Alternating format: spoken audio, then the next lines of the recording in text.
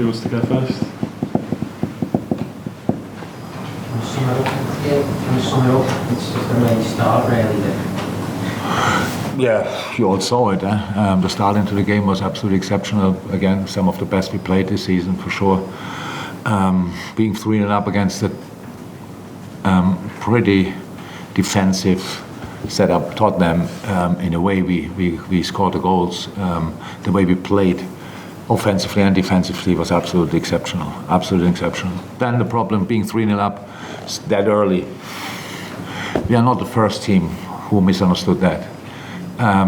Should not happened anyway.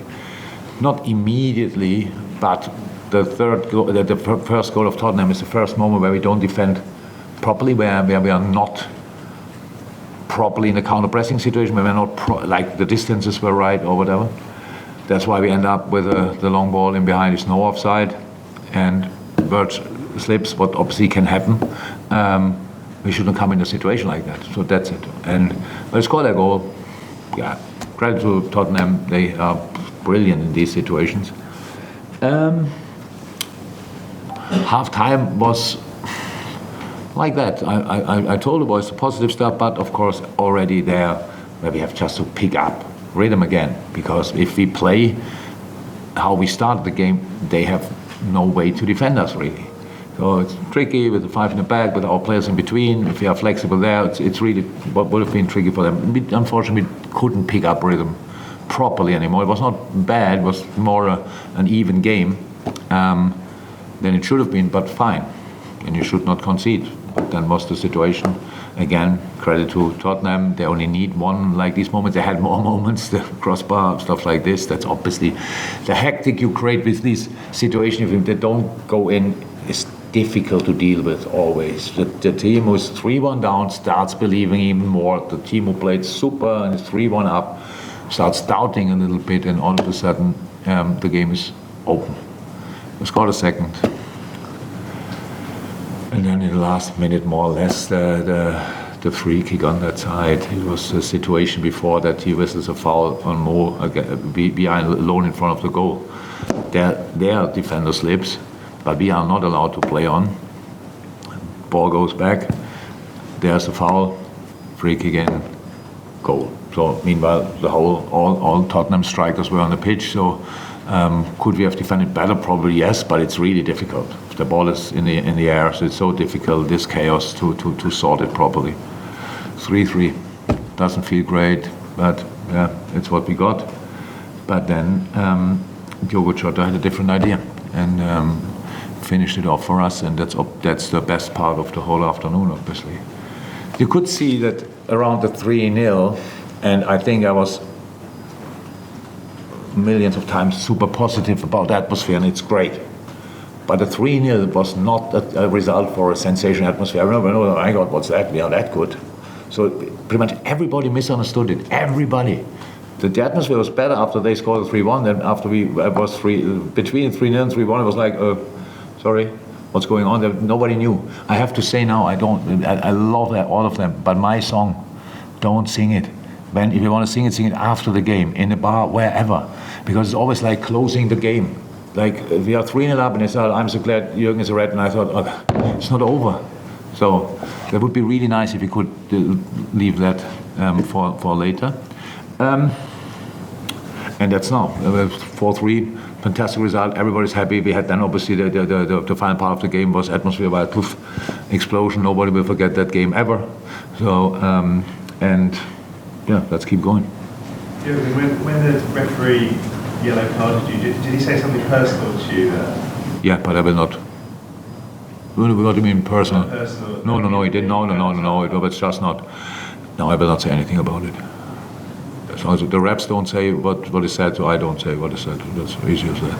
Yeah, it's the second time you've mentioned the situation with Paul Tierney. Why do I? But the problem is, I have to mention because you don't speak about it. So Paul Tierney gave us in a game, in a season where it was quite important. He didn't give Harry Kane a red card, and I love Harry Kane. What a player! Today again, my God, he's pretty much unplayable. That day didn't get a red card, but but Robbo got a red card. So in this game we drew 2-2. You might remember it. You know. 7-21. Sorry? 7-21. December what? I'm sorry? December 21. Ah, okay. So whenever. So, and it was not the first time. There's so many things. It's just little ones. And I don't. It's just not. Nobody in the stadium wanted a foul in the situation with Mo Salah. The linesman was completely calm, both hands down, and he whistled it. And yeah, of course we are emotional in these moments. It's difficult. It's not okay. We should not do that. Yes, we are role models, all clear. But we are human beings first and foremost. Before you are a role model, you are a human being, and that happens at home. But I didn't say a bad word to the fourth official, not at all, and he wouldn't have deserved it anyway because he didn't do anything wrong. But I turned around to the fourth official, celebrated in that direction, and pulled my hamstring probably in that moment. So fair enough, all good. I'm already punished, got a yellow card on top of that. I think he thought it's different. I should have got a different punishment, but because the fourth official was a yellow card, that's it. We have to ask Mr. Tierney what's in this situation, what's going on. Did you think it was a foul from Mo Salah? Oh, you were writing at that moment, huh? Yeah. No, fine. No, it's not, sorry? It's quite a lively finish. But the point is, you mentioned Paul Tierney before. Have you Look, I know what you want now. I don't want to make the story. I said already probably absolutely too much, but I cannot help you now more with the story you write tomorrow. So I said what I said, probably too much, and I'll write what you want to write. I cannot help you now with, on top, more information, details, or whatever. Yeah, Ryan Mason's just been in saying that Diego Jota shouldn't have been on the pitch at the end because of the challenge. Do you think you've got away with one of this? I heard from a colleague of you that Skip shouldn't be on the pitch because of a challenge on Luis Diaz earlier in the game. I didn't remember it, but a colleague from Sky or whatever asked me that. Do you have that situation in your mind? I'm just telling you what he said. The mailman. We got a red card for a similar situation. That's true. But Diogo was not at all intentional. It was not. He didn't see the head and went then with the foot there, so the foot was high, and then he went with the head there. That can happen. If we give the red card, we cannot change that. That's how it is. I really think Ryan has other things to worry about. I really think, but that's how it is. Okay, last two questions, guys. How bad the hamstring, you? Sorry? How bad is your hamstring? Bad enough. So, how I said, fair punishment for behaving not in a right way. So that's it. I have pain for a few days. Mr. Tierney not. That's it. After the next game, I will be ready to do what I always do, and the celebrations, if we have something to celebrate, will be much calmer. Okay, last one. Yeah, again, I appreciate the game's just finished. There's been a story over the weekend about the Premier League asking clubs to potentially play the national anthem before next weekend's games. I was just wondering, would you have an opinion on that at the moment? Or? No, that's a club decision. The club will be a decision.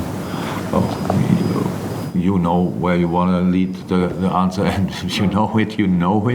So, and I cannot be part of that. I'm the German guy in the club. So what should I say about that? That would be really great. If my opinion would count, even nothing to do with me. Yeah. Okay. Thanks very much, guys.